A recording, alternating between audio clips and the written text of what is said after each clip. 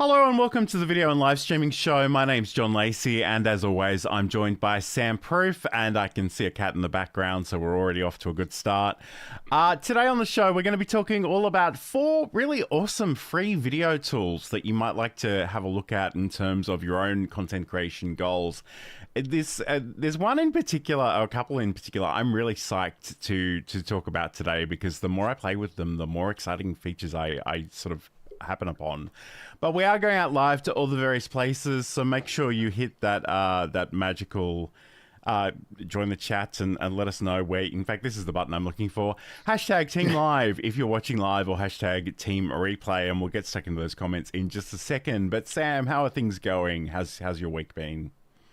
Good. Yesterday was Halloween, so it was a big family day for us. We actually went back to our old neighborhood to trick or treat, because it's just a bunch of apartments around here, so it's not really exciting or fun. But yeah, it was good. We saw a bunch of the old neighbors and got to talk to them and complain about apartment living and all of that. And the girls ended up with 2 giant treat bags full of candy, which is way more candy than I think any one person needs.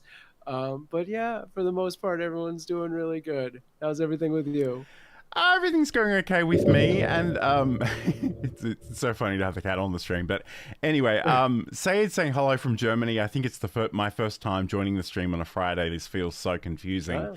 Well, it's probably it'll be less confusing next week, because of time zone differences, it's gonna switch again. So just keep your eyes out for those changes.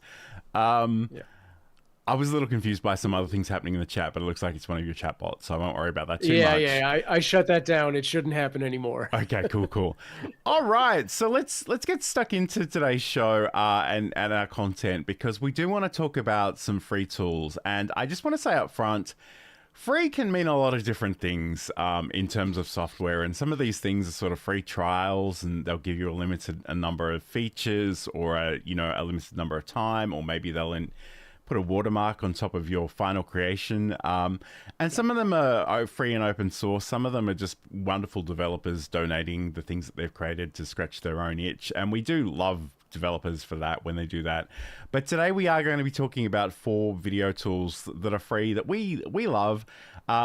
First of all, we're going to talk about CapCut, then DaVinci Resolve, then Shutter Encoder, and finally VLC Media Player. And yeah. I think let's start with CapCut, Sam, because I know this is something that you use a lot, and we do kind of recommend, especially to beginners, because it is pretty user friendly, but it's also it also has a lot of features for a free piece of software. Yeah, for sure. So anyone who's not familiar with it, CapCut is a free editing software that is created by ByteDance, the people who brought you TikTok, and I think a lot of people automatically hear that association and think this is just a TikTok editing tool, but it's not. You can use this for any video, like any format. It changes aspect ratios. You can 9:16, 16:9, 1:1. You can put in custom aspect ratios and all of that sort of thing. I've used it for both shorts videos and long form videos. I don't know that I necessarily want to cut a movie on here, but given a good enough computer, I think you totally could if you wanted. And it has a bunch of great features, and you can use it. Again, it is free. There is a pro version that unlocks a bunch of other features, but you can do everything you need to do with just that basic free version, and it's very powerful. So CapCut is available for both Windows or Mac. It's available on iOS or Android, and there is also a browser-based version. So if you need to do stuff in the cloud, you can also do it from a remote system somewhere, and you can link all of those things together and send projects to yourself through their cloud account, which is really cool. So you can get that through any of the app stores or their website directly, and just download that easily. So some of the really cool features that I think CapCut has that's available to everyone is just straight out the basic editing features. And I think they have a really great UI for beginning editors. So like it's laid out very similar to a lot of the more popular uh, timeline based editors, like your Adobe Premiere, your Final Cut, things like that. So anyone who's done one of those has a pretty seamless transition. I myself was a big Adobe Premiere editor. I also did a little Avid back in the day for those diehard Hollywood types who like wanted to spend way too much money on software. But transitioning to CapCut was so much easier for me than something like DaVinci Resolve, which John's going to talk about next, which I still haven't wrapped my head around some of those, UI things that I've uninstalled and reinstalled multiple times. I think CapCut just has a really intuitive design. It has, some built-in quick, tips on here's how you can do it. There's a ton of videos out there and things like that. And you can even see we've got our own video in the annals of our archive where we do a little deeper dive on CapCut versus Camtasia, and I think we've showed some other stuff in other videos, so you can find that. So yeah, it has all the basic editing tools you could need, whereas a lot of free software does more sort of just trimming. This gives you just a world of all of the possible tools. You do trim, you can splice, you can extract audio from your video, which is very useful. It does transitions and all of that sort of stuff. Like really name something in the chat you need from an editing software, and I'll probably say, yes, it does that. One of the more advanced and still free things that it does is a sort of background removal green screen concept feature, which very useful, especially in today's TikTok day and age of like trying to make things flashy and snappy and stand out. It's very it's super easy to do, and again that works on desktop or mobile. Like almost everything has parity from one version to the other. The browser-based version, I think, is sort of the last to catch up on some of the features. And sometimes the mobile is actually the first to get the things over desktop even. But yeah, that being said, yeah, you've got background removal, so you can do some really cool tricks. You can make a more presenter style video for educational type things, or you can do some really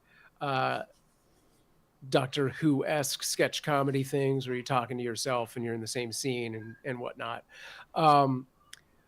It has, auto captions, which takes what you're saying and turns it into captions on your screen with a bunch of free and pro styles available. I will say that in the recent months, the auto captions on at least desktop have now a limited use. So I think you get like 3 of those a month, which is weird. It's weird because it doesn't matter how long the video is. I could put a 20-minute video in or 3 10-second videos, and that's it. But I think it's still free on the mobile version. I don't think there's a limit to it. So that is one caveat I would say, where that is a super useful tool that I used quite a bit, and now they've put a little limit on that, at least for the desktop. I must admit, as awesome as CapCut is, I do think some of those features are very slowly and quietly moving to paid options. But yeah, I did want to just pick up on it, and you did mention this, but I kind of want to call it out because I think you mentioned it ever so casually, and I think it's kind of like it blows my mind that this is a thing. But I've got CapCut open here, and I don't use CapCut all the time as my regular video editor. But this thing that Sam alluded to is that you have these things called spaces, and you can literally set up different accounts for different things. And it gives you a certain amount of gigabytes for free, so you can share files between different users, between different devices, and that in itself is kind of amazing. I know Cher is in the audience today. Hello, good morning. I think it's still morning in New Zealand. So I'm just going to open up something that I did with one of somebody that she works for. And this is actually something where I just wanted to make a short, and this actually is just a static image from an audio recording, and I just sort of captioned it and you know, branded a little bit. And admittedly, I personally grabbed these captions from another tool and sort of brought them into here. So, because I guess the thing that I don't personally love about the auto captions in CapCut is they don't really understand punctuation. Like, it is all just lowercase stuff all the time. But that said, like, this was very, very easy to do and to put together. And yeah, I think it's a really great place to start. And again, if you are sort of just getting started in the world of video, it's a really great place to start, and it can do a lot of things. The other thing I did want to mention too is on the phone version, at least on the Android version, I imagine it's probably the same on iOS, but I haven't been able to try this, is that it'll literally give you a little teleprompter that you can type your text in, and you can hold your phone in front of yourself and just literally read it while looking at the camera. So again, it all depends on how you personally want to use the software itself. But yeah, that's, you know, it's really wonderful. It's a great place to start. So Share is written here. I started off a long time ago using UCut on my cell phone for edits, which I found great. But with the arrival of CapCut and TikTok editing, I've, for the most part, just forgotten about it. And I must admit, UCut is something I still occasionally use, not really for my content, just for personal things, because it is very, very easy. But it's a good way to get started. Hello to CG, who's joining us as well. Great to have your company today. And hello to Michelle Day Raymond as well, who's just celebrated recording 150 episodes of a podcast, which is amazing. It's amazing. All right. Say does have a question for you, and I suspect the answer is no, but let's entertain it anyway. He writes, I know you can install and create plugins for DaVinci. Can you extend CapCut in a similar way? Not really. What kind of features do the plugins expand on?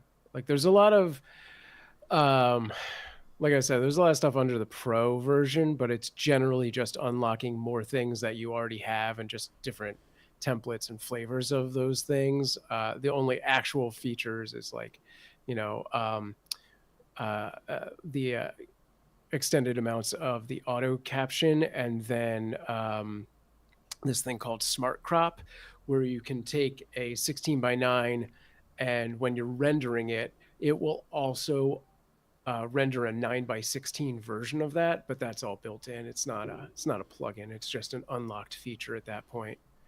And I think that's the thing.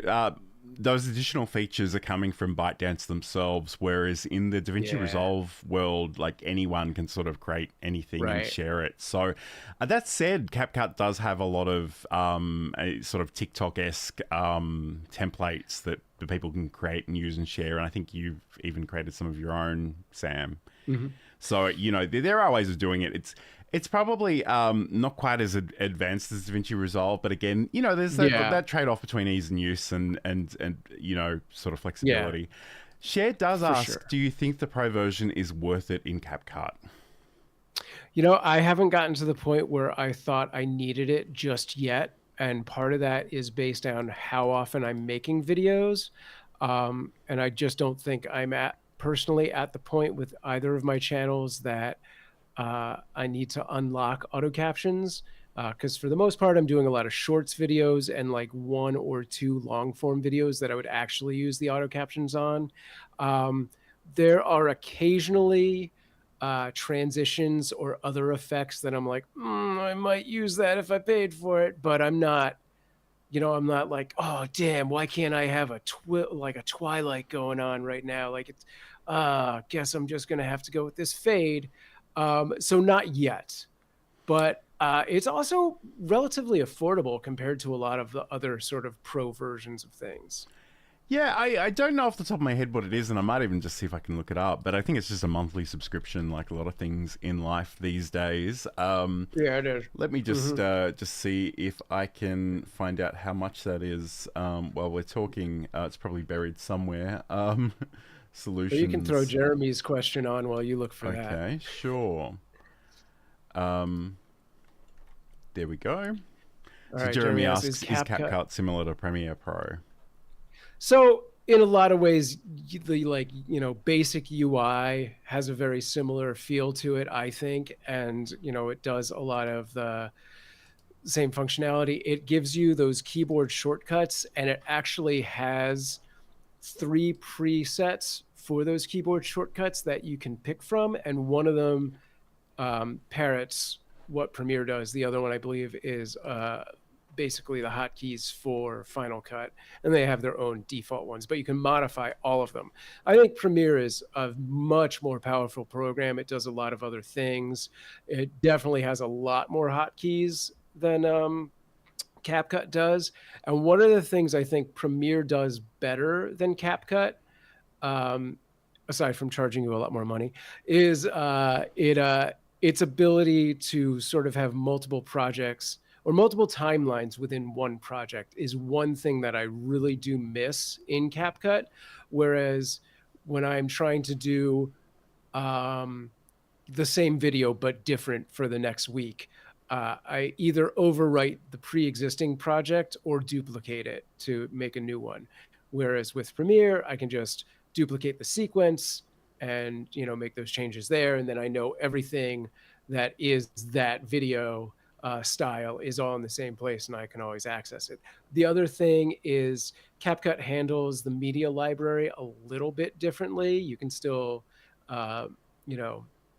bring in things and put them into folders and stuff, but because of that sort of same nature of I have to make a new project every time, I'm kind of importing things multiple times. So that's where I think Premiere does excel. Awesome.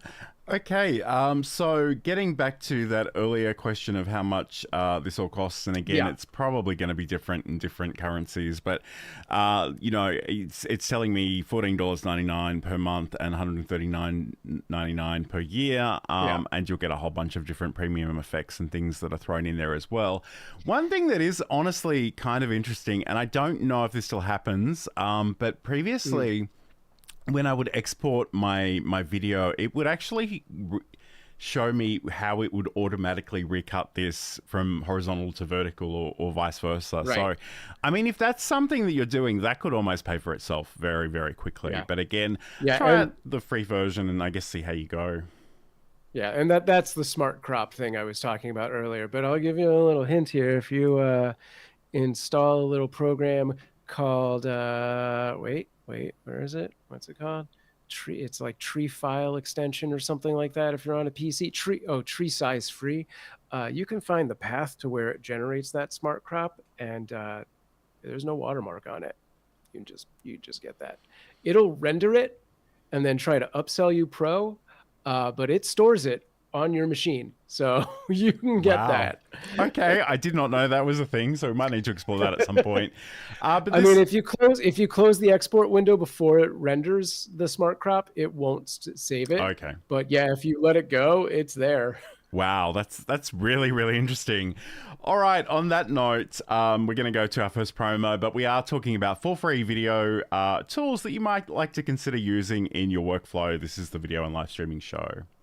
We are constantly training our cats every interaction that we have with them. Mm-hmm. So when Johan would get on my counter before, this is 10 years ago, before I was the cat expert that I am now, Johan would jump on the counter. What was the first thing I did? I'd say his name, Johan. He loves that. That's a reward for him. He said, you just said my name. I would go over to him and I talk to him and be like, you can't be on the counter. Johan loves when I talk to him. Ding, that's another reward for Johan. I'd pick him up and put him on the ground, but I didn't want him to think I was mad at him. So when I'd pick him up very nicely and kiss him on the head and say, I love you, but you can't be here. I'd put him on the ground. I had just done 3 things that rewarded him for being on the counter. So I was encouraging him to continue doing that. And that's a promo for Sam's podcast, Just Kidding Around, which you can learn more about over at cuteavalanche.com. And it's funny, Sam sort of, if you're listening to the audio version of this, Sam was patting the cat that pops up in the promo. So that's certainly something to look out for, and definitely check that out if you're watching on YouTube. All right, so this is the video and live streaming show. I'm going to close out of CapCut because we've already spoken about that. But today on the show, we're talking about 4 free video tools that you might like to play with. And I'm going to bring Sayed's comment up from earlier. He writes, I use DaVinci and Shutter Encoder a lot. I still don't understand how DaVinci is free.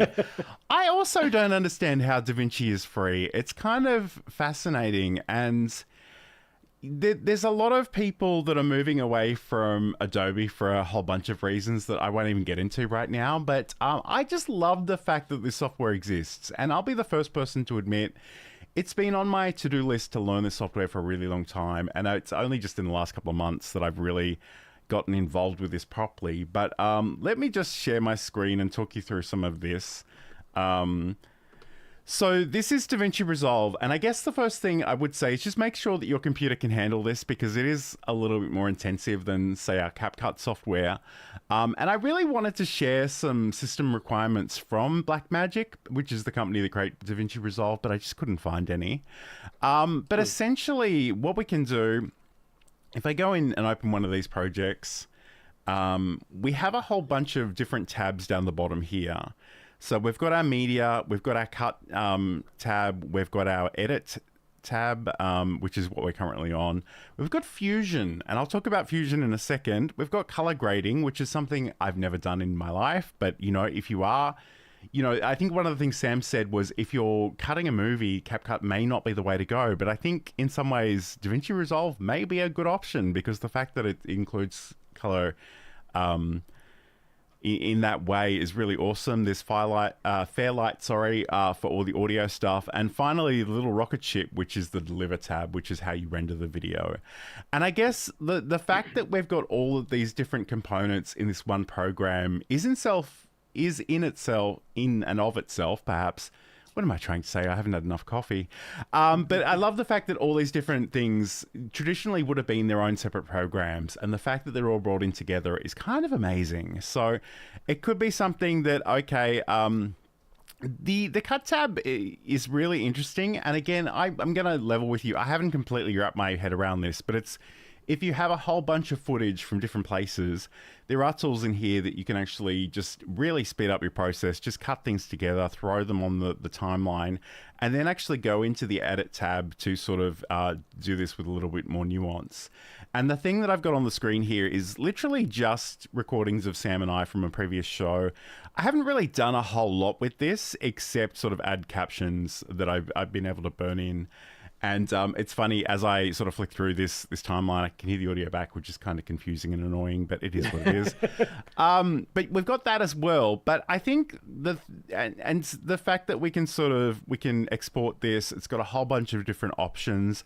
We can use vertical or horizontal resolutions. We've got all kinds of different formats. And this is the thing that I love about this, is that, and I'll show you this in a second, and I know some of you have been watching my other streams, so you'll already have a sense of this, but the fact that I can sort of export into QuickTime format with transparent backgrounds has been a game changer for me creating assets for OBS Studio. So I do have those options there. We've got things with captions, the subtitles. We can sort of have these as separate files, as embedded captions, or burnt into the video. So you have those different options. And in some ways, that's actually what I used to use CapCut for. Was I would edit in Camtasia, and I have a complex relationship with Camtasia, which is a whole other episode. We won't get into it right now. But I would basically put together my video, I'd export it, and I'd bring it into CapCut to stylize these captions in the video itself that are actually burnt on. And I just tried. This is literally the first time I've done one of these in DaVinci, and it was so easy and it was so straightforward, and I have sort of all the same sort of options that I would have in CapCut in terms of actually stylizing these. And again, I do want to call out the fact that I am creating these captions in another piece of software, which is called, I've already forgotten, Happy Scribe. So that's something I bought on AppSumo years ago, and I just use it religiously ever since, and it's really, really cool. But let's just jump back. In fact, if I can open a recent project, we'll go to the logo stinger. And the thing about that I sort of alluded to is Fusion. And Fusion is this amazing thing that's really, it's built around keyframe animation and the ability to sort of toggle properties on and off and change things. And it's, in some ways, this is the last place I would recommend most people start, but it's the thing that I've been personally super invested in lately because of that ability to create those assets that I can bring into OBS. So this one, for example, it may be a little hard to see on the screen, but essentially I've got a transparent background. I click a button, a version of my logo comes in, and then it sort of gets inverted and goes out again. So I've done things like that. I guess the other thing that's worth calling out is that even you know, these banners that I put on the screen in the show for like just kidding around and build a presentation muscle, they're also built in Fusion. And again, I'm not going to lie, there is definitely a learning curve here, but it wasn't quite as scary as I was imagining. So I was really excited to sort of put it through its paces and try that out. And again, I guess getting back to what Saeed said earlier, the fact that this is free is mind-boggling because this is really industry-level software. This is not just for beginners, but I think on some way it's really important that you make this kind of software available to beginners because the only way they'll become professionals is if they have some interaction with software like this. So I just wanted to call that out. And there's a whole bunch of, again, I've barely scratched the surface of the edit tab. There are so many amazing filters and things that are brought in here. Let me just try and wrangle these as well. Again, it's probably not the greatest example to use it with this particular project, but seeing as this is the one I've already got in here, you know, we've got all kinds of things that we can add. So even if I, in fact, I'm literally toggling over that and it's giving me a sense of what that will look like. So I'm just wondering, like, in fact, I can search for this. So if I just go to glitch, for example, and I've got digital glitch, I can drag this and drop it on top of my project. Nice. And if I go back to the beginning, it'll sort of come in, very glitchy, and it should go out again. Although again, that's probably not a great example. It'd be better if it was a real video rather than just a Fusion composition. But it is genuinely mind-boggling just how good this is. So I just wanted to bring that one to your attention. I guess the only thing I would say is, you know, there is that learning curve. And also, I think DaVinci Resolve is a little bit more resource intensive. Certainly, every time I've had to install it or run an update, I do need to download a 3 gigabyte file. So just make sure your internet can handle that, first of all. And again, to me, it's a lot like OBS Studio itself in the sense that it is this rocket ship that can do everything. But I think a lot of people would be super easily served by just hanging out in the edit tab, dragging and dropping their clips around, cutting them, and, you know, maybe adding some of those effects. Share does... I mean, it's basically the entirety of the Adobe suite with, like, you know, Premiere and After Effects and just everything. It's so much. yeah, absolutely. Share writes, I tried DaVinci a couple of years ago back as a beginner and quickly realized it was well over my head, but I think I'll definitely go back to it for desktop editing. It's a powerhouse. Yeah, I think so. And again, there are lots of tutorials online. That's how I've been learning, trial and error and tutorials.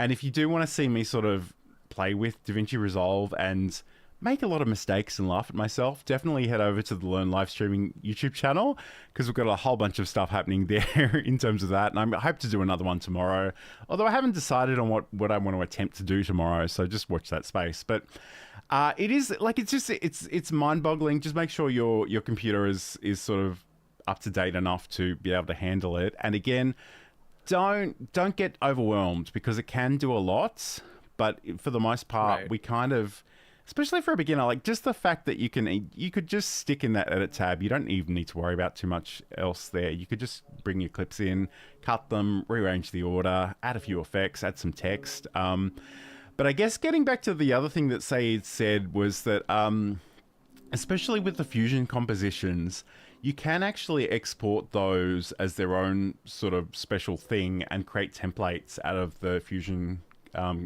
compositions you've created. So it could be maybe you have a special title treatment that you want to reuse all the time. You can actually expose certain properties within that. So different, maybe a background color or the text that's in there, and just reuse those as well. So again, the thing that I was super excited about is the ability to work with QuickTime movies with that transparency in the background for the live streaming assets. But really, even if you're just doing basic video edits, there's a lot you can do with this. So like, don't rule it out. Don't be too scared of it. Definitely have a look at it and give it a go. And like I said, YouTube University is your friend, and I've been watching all the tutorials, and sometimes I'll go, okay, that's not for me, and other times I'll go, I'm going to give that a go and see how I end up.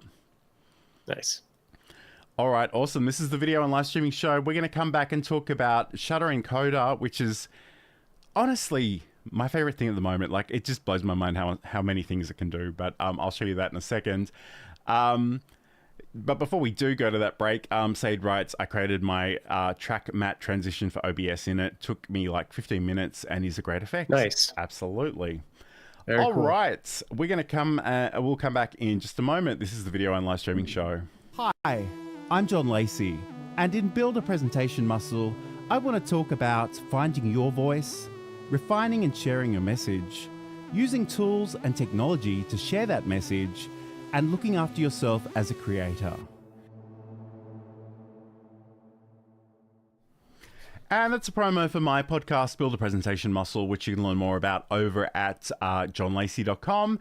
And again, that little banner that popped up was another Fusion animation that I've created previously. So let's talk about Shutter Encoder. And I think, Sam, you have never used this before. You didn't know what this was. No, never. No, I hadn't even heard of it. So I'm intrigued. And it's funny because the thing that introduced me to Shutter Encoder, and again, this is probably only 3 or 4 weeks ago, was I was watching a DaVinci Resolve Fusion tutorial, and they were like, export your video as this QuickTime file, uncompressed, and then actually take it into Shutter Encoder and then convert it to a WebM file. And to give you a sense of what that actually does, the uncompressed 4 seconds of QuickTime video was 1.15 gigabytes. And the WebM version was like megabytes. I think it was kilobytes, actually. Like, it wasn't even megabytes. It was tiny.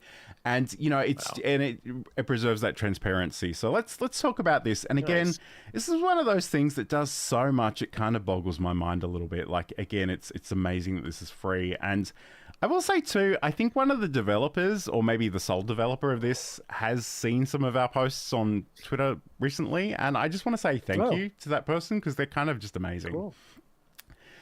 Saeed does mention Handbrake as well, which I kind of felt a little bit bad after we scheduled the show, because Handbrake does definitely get an honorable mention. It's really good in terms of converting things. And in some ways, this is a conversion program, but that's just the beginning. So if we go down, we've got this option here called Choose Function. And we've got all these options, and I'll probably resist the urge to read them all out to you. But if you're watching, you can see this. So you can actually do things with a video file without converting it at all. So you can cut it, you can replace the audio, you can rewrap it, you can conform it, you can merge, you can extract, you can do stuff with subtitles, you can do video inserts. You can sort of rip the audio out of it and convert it to a whole bunch of different formats. You can change it to different editing codecs, different output codecs, broadcast codecs, even old codecs, in case there's something really obscure that someone's given you as a source to use in your project. There's an archiving codec. You can use the image creation tool. So this is cool. You can actually just very easily open a video and just say, I want this particular frame as a JPEG. But you can also create little animated GIFs, which is really, really awesome. You can burn and rip DVDs and Blu-ray devices. They've got a whole bunch of analytics options here. So loudness and true peak for your audio, audio normalization, cut detection, black detection, media offline detection, VMAF, which is some sort of thing that Netflix created that I don't completely understand. Oh, wow. With great power comes great responsibility. So before I mention this last one, web video download. This will download videos from all kinds of websites. And I just want to say up front, respect people's copyright, and be a good human being. Yeah. But let me show you this, and I don't know that I've got an example, and the window has sort of popped up on the other screen. So let me just move this back over here where you can see it. You can literally just copy and paste a URL, and you've got these options to convert it to an MP3 or a WAV file. I'm going to literally just go to Sam's channel on a different screen that you can't see. What? Let's see if we've got a nice short video. I can't type Samproof today. That's not good. So while that happens in the background, let me just look at the videos. I'm doing this on another screen, by the way. So the source paradox sounds like a good candidate for this. So I can literally go and paste this URL in. You can also paste a whole bunch of URLs in separate lines if you've got a whole bunch of videos that you want to do. It'll say, how do you want to download this? I just leave it on the default, but potentially up to 4K if it's available in 4K from here. I can go start function. This video is only 1 minute and 4 seconds long, so this will probably happen pretty quickly. And I kind of just let it default to the option. So it is a WebM video here, and it's just saved to my desktop, which again, I know you can't see. But like that's literally downloaded to my computer. I could come and play that. I won't play it right now. But the thing is, can we just take a moment to appreciate how easy that was and how simple that was? Yeah. And we can change it to different formats. Any of these formats from the list, I think, essentially we can sort of say, hey, make it MP4, make it a WebM, whatever we like.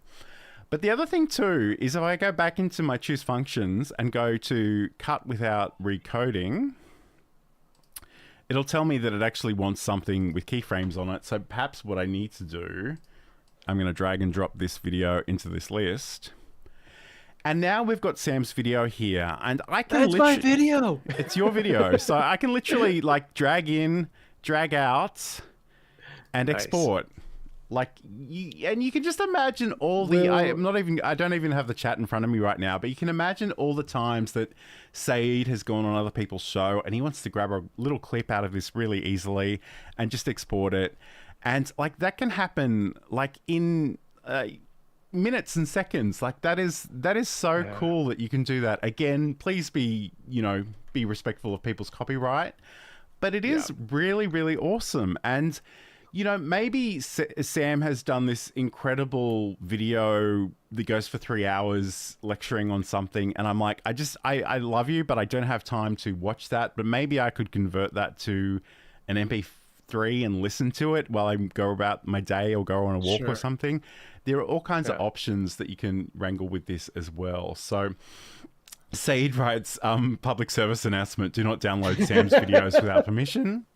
Yeah, so again, and Saeed actually is someone who uses Shutter Encoder but didn't know about the web downloader. And I will tell you for free that this works on YouTube, this works on Dailymotion, this works on TikTok. It didn't work for Facebook Reels, but it is kind of amazing. And Saeed writes, this is great if you need to share a video somewhere with a file size limit. Set the limit to, say, 50 megabytes and let it do its thing. Absolutely. Sure. So, and that's the thing, like, sometimes, and hello to Stefan, who's watching from Sweden. So we've got all these different options. And again, let me just, there's so much I can't unpack it all, but I'm so excited about this. So, it could be that we just want to export that to MP3. And again, not only export it, maybe export a specific region of this. And Can you do multiple regions, or are you limited to just one sort of trim spot? I think it's just one at a time. Okay. Yeah, I think that is kind of a bit of a limitation here. But again, the idea that we can do this without opening DaVinci Resolve or CapCut, like it could just be something you could do on the fly really, really quickly and simply. So I could do that, but I guess the other thing that I think would be cool is if I go, hey, I want to grab a particular thumbnail in here, maybe. Yeah.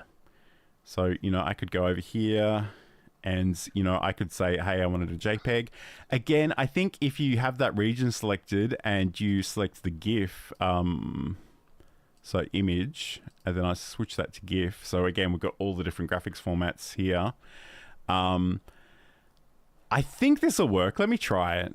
And again, this is probably not a reflection of the software. It's probably my lack of knowledge, but you'll see that it's doing its thing. Just underneath here, there's actually a little bar that's saying it's attempting to do its thing. The progress status is going ahead. I hope I haven't made that too long or too large, but I guess we'll find out, or I can abandon it. But all right. I mean, it's only a 1 minute video, so perhaps it'll be okay, but I don't know. I probably should have tested this premise before we got started, but never mind. There we go. It's doing its thing now. So the funniest paradox ever created. So, you know, you can just imagine the power of this. And like on platforms like LinkedIn, where I think if you have an animated GIF that's less than, I think, 15 seconds, but don't quote me on that, it'll just loop. Like you can work that stuff subtly into all kinds of places if you have access to those sorts of things. So I think it's doing its thing. I can see it's creating the file. Sure, looks like it. Again, I'm not sure. I might have created a large region, and I guess that's the only downside to that sort of clipping feature is it's not always obvious to me how much I'm actually selecting within a video. And even to play it back, as far as I could tell, you know, there was no sort of play selected region button. I had to sort of do that fairly manually. But anyway, it looks like it's nearly finished.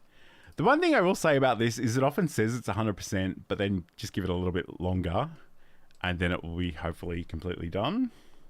Just going to refresh this on my computer. Maybe it is done. Okay. Let me see if I can actually open this in some sort of software. Show more file open, options, open with photos.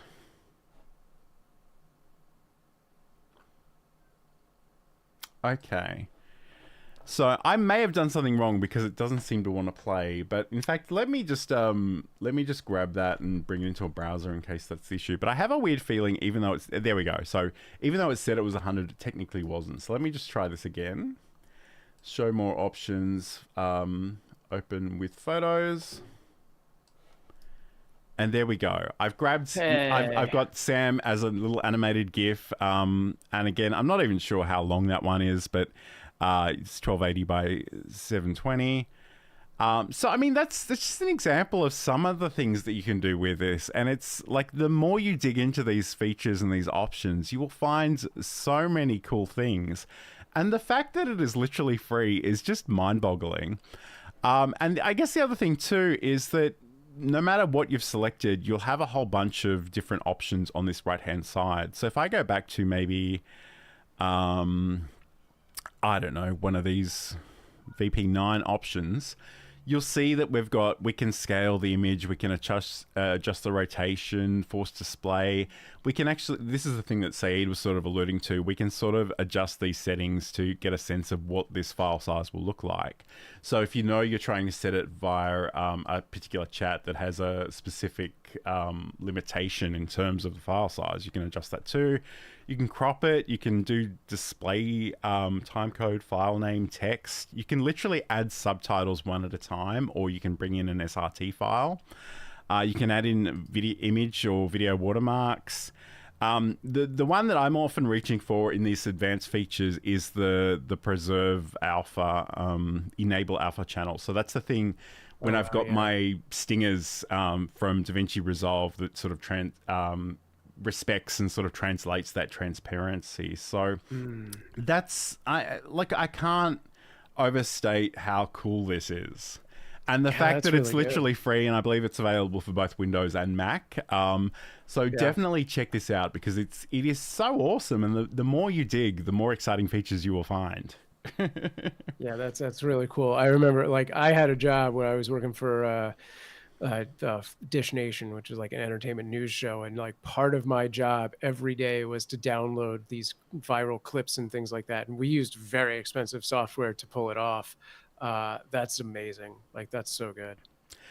And I know there are lots of websites that will let you download videos from other websites, but they're often filled with some really dodgy advertising and really terrible things that you don't want to infect your computer with. Yeah. I mean, there's something very elegant about this. And again, I just want to say for the 15th time today, respect other people's copyright. But if you do need something, this is a great way of doing it. And again, I'll use Saeed as an example, as someone who goes on a lot of people's shows. If, you know, maybe this is just another way to promote it, and I'm sure Saeed already had ways of doing this, but I think this will speed up his processes even further. He makes this point, Saeed writes, I need space on your hard drive. Just batch convert all your old videos and archive them. You can add entire folders and convert them all at once. I didn't know about the folders, so that's really, really epic. And he also writes, the video is probably not the only thing it downloads on these websites. That's true. Yes. Yeah. It's really awful because there are some really wonderful pieces of free software out there and they're just covered in advertising. And that's okay. Like, that's the choice you can make. But sometimes that advertising pretends to be a download button. And there are so many people that fall for stuff like that. It's honestly a problem. Oh, yeah. And, and for the most part, most of those websites also burn in like a watermark of some kind. And Kiki writes, and who knows what they're embedding into those web versions. Absolutely. So yes, just be a little bit careful. So what we're going to do now, let's talk about VLC Media Player. And admittedly, VLC Media Player is a media player, and you may be wondering, and like, it's a really good media player, don't get me wrong, but you may be wondering, like, how can this actually help me as a content creator? And I guess the first thing I want to call out about this is its relationship to OBS Studio. So if you do have OBS Studio installed on your computer and you install VLS Media Player, it will actually bring up a new source for you. And I'm just trying to bring OBS up. Okay, let me share my screen and talk you through this. Yes. So essentially what we can do, and I'm just going to create a new scene and we'll say VLC Media Player scene. So traditionally, if you want to play a video or audio through OBS, you'd go up and you'd go and select a media source and say, this is my really cool media source. I'd go and find my file and I've got all the options to play it and loop it and whatever. And that's really, really cool. But the thing about this, this VLC video source is that it'll actually let you bring in a whole bunch of different videos and you can work with playlists. And you can literally come in here and go add files and select a whole bunch of different ones. You can add different directories. So if you had a whole bunch of files that are there in the same folder, you could bring them in. You can sort of switch up the order. You can even shuffle the playlist. And again, I must admit, I'm talking predominantly in terms of video, but this could be audio. This could be music that you just have running in the background. Again, don't make me get on my copyright soapbox. Just make sure you get the licenses to actually use that in your content. But essentially, that brings that in, and that's kind of amazing. And I haven't really done it, and I might just come back to our side-by-side and talk to Sam about this. You are somebody who, you know, in terms of Qt Avalanche specifically, like, you're often resharing a lot of video content, and I'm curious, have you used VLC media sources to do this, or do you have other approaches? Yes. Yeah, this is what we primarily use. So right now, because we're not fostering, we're running a 24/7 playlist of featured clips, and it's hundreds and hundreds of clips that are in a dedicated directory. So I have the VLC Media Player playlist set up as my source, and it just goes to that directory. I don't have to worry about the 100 file types and names and putting them in there. I just have that one directory linked in. And if I'm going about my day and I get new videos of just other cats and stuff like that, I can just drop them into the directory without having to go into OBS itself. And it automatically finds those changes and adds it into the rotation, which is super useful. When I was doing my coffee morning show, I had sort of a series of kind of intro videos that would happen. And one of those was a customized cold open that I would shoot usually minutes before the show started. And you don't have time in that kind of situation to update the workflow and be like, okay, I got to bring this new media source in. and like make sure that my advanced scene switcher knows that it's this thing. And, so the way around that was to, again, link it to a directory. It's a one file directory, but I know that if I put it in there, everything else is going to work, right? I've deleted the old file, added today's file, and it's just going to work. That's really clever. I just want to bring up this comment from Kiki. She writes, I had trouble when I first started to use VLC and OBS together. The trick was I had to have the 64-bit VLC installed to work with OBS. Yes. And to be honest, if you're using anything more recent than, I think, maybe Windows 8, you should be going with 64-bit versions of software if it's available.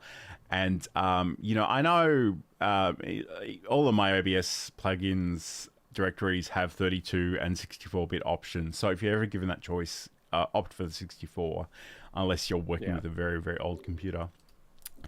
All right. So I guess the other, and that in itself, I think, is worth downloading this free VLC Media Player. But I do just want to call out a few other things that it does as well. I mean, you literally can play all your music and video and stuff here as well. You can sort of, so we can open different files, we can open different folders, we can open disks, you can open network streams and capture devices. That actually just reminded me of something I discovered about Shutter Encoder. I'll mention it if we got time. But so if I go like open caption device, if you got something, if I just wanted to sort of bring in one of my cameras here, I potentially could do it. I'm not going to try it live on the stream because everything could go badly. But so I mean, you could do that as well. But like even once you've opened something, you can actually convert it and save to different formats. So again, if I find a file, and I'll just move this over here, and I might even just see if I can grab Sam's video again. I think that's the right version. So, and again, as Saeed mentioned, don't go pirating Sam's content, please. If you've got a subtitle file, you could use that as well. And then we can go to these convert save options. So, maybe I want to convert this to a different format. I can sort of decide on what the format could be potentially. I could use one of these different profiles. And again, this is kind of the other place. What was that other one that Saeed mentioned earlier with our honorable mention? I've already forgotten what it is. Handbrake? Handbrake, yes. So Handbrake does a lot of this. And this is where I have this weird podcasting flashback, because a million years ago, when podcasting first was a thing, there was actually a lot of video podcasts, and you would literally have presets in, and I don't, so here, for example, so we've got video for iPod, we've got video for iPod, HD, Android, YouTube, standard definition, high definition. So we've got all these different options in here that we could potentially export to, and then you can decide where your destination file is as well. So, those are just a couple of things that you can potentially go and work with as well. So I don't know that sounds as exciting as it probably should. Maybe I'm not conveying that, but for that VLC media source option in OBS is just amazing in and of itself. And I would also say that with that, with the specifically OBS, you can also set up hotkeys. So if you're doing, like a series of videos, we used to do a sort of trailer review show over at Mob Crush. So I'd have all of my trailers in a playlist, and then I had hotkeys linked to my Stream Deck, so I could like play the video, pause it, skip to the next video, or go backwards and stuff like that. So you can do all of those sort of dynamic media controls through that, which is awesome as well. Awesome. That's really interesting, and I'm just I'll show this okay, cool. I will show this now. So just in the settings of OBS, you can go to the hotkeys, and again, if I just search for VLC, we've got all these different options here. We can sort of click in here and give this keyboard shortcut, whatever it happens to be, show and hide. There are probably other ones in here as well that I'd probably need to sort of figure out what they're actually called. In fact, it probably relates to, if I do video source 2. So yeah, I mean, there's probably a whole bunch in there. That's not something I personally use, so maybe I shouldn't get too excited trying to share that with you in real time. But I will say too, Kiki writes, I've started to use VLC to grab screenshots of videos for thumbnails. Not sure if it's the best approach, but I'm still learning. I mean, it's an option. Yeah, I mean, I think it depends on how you're making those videos in the first place. Like if you're using editing software to make videos, most of those softwares, including CapCut and DaVinci, have like the ability to export a still frame. If you're just like doing a live stream and trimming it and turning that into a video, then VLC is probably an easy way to do that. Absolutely. Business Growth Ready writes, great for podcasts on your iPad Nano. And I must admit, I know people that still use some of those old devices and they still work. I haven't had that much luck. All my iPods have died over the years. And that was kind of the one thing I did actually get from Apple back in the day, because I'm not a huge Apple fanboy, but I did have some iPods. I think I had the Shuffle. I think I had the Nano. They were pretty good devices, actually. Said writes, do you know the K-Lite codec pack? Just to ensure you can open every possible file format and codec you can think of.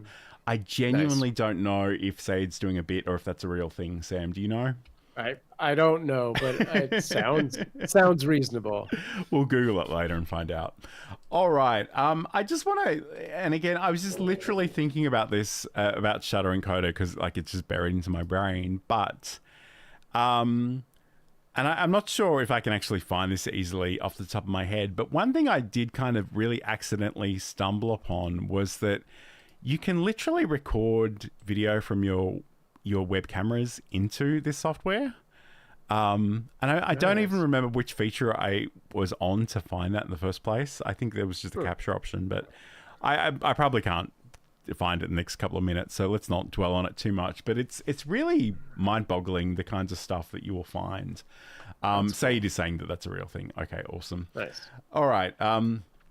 Kiki writes, Shutter Encoder could record a screen capture. That'd be an easier way than running two versions of OBS. I'll tell you. Yeah. And I think again, I need to suss it out again, because I said, I've only been randomly clicking in places and just finding things and being like, how did I do that again? So I'm sure it's in there somewhere. I'll have to refind it, and I'll let you know once I do. But I'm sure I found that, and it literally came up with like the cam link and screen capture and all kinds of weird, wonderful things. Yeah. But Kiki writes, I think I had to use that Key-Lite to get some of the Flash videos to play. Oh, nice. Yeah. So the FLV videos can be a problem. But again, like this is cool free software. I'd highly recommend you check out some of these things if you think they'll work for you. That said, if you're happy with what you're working with, you don't need to change. We just want you to be aware of these as sort of options in your content creation toolbox. But Sam, as we begin to wrap up, where can people find you? What's your content? Follow you on social media? All of the things. Yeah, you can find me over at samproof.tv, and you'll find my YouTube link at the top left there with some of my other socials, and you can click on that to find that video that John stole from me. Just kidding. And if this wasn't enough cats for you, head over to cuteavalanche.com. We have a 24/7 kitten cam that you can run on just about any platform you want to watch it on. Nice. And if you want to catch up with me, you can head over to johnlacey.com. I've got the podcast, a bunch of articles, and you'll find social links at the bottom of all those pages. I tend to hang out on YouTube and LinkedIn the most, although I do dabble in the platform formerly known as Twitter sometimes. But that's a whole other hour of therapy for another show. We have scheduled all our shows for November already, so if you want to go to the various places that we hang out, make sure you go and do that. Don't forget to like and subscribe. I'll press another magical button here. I think Said is encouraging me to redesign that, because he decided that this animation, it's a little basic, but also the and comes in before everything else. So, I might need to do that on a future stream, but we will revisit that as well. And Kiki writes, thank you. I was late to the party, but we'll be sure to watch the full stream shortly. We always appreciate you coming, Kiki. It's wonderful to have you here. The thing I will say, next week and moving forward, there's time zone changes. So wherever you are in the world, things are likely to change. So just keep an eye out for those events. And if you subscribe to the channels, you'll get notifications and things. So just keep your eye out for that. But Have a lovely week, have a lovely weekend, and we'll talk to you again very, very soon.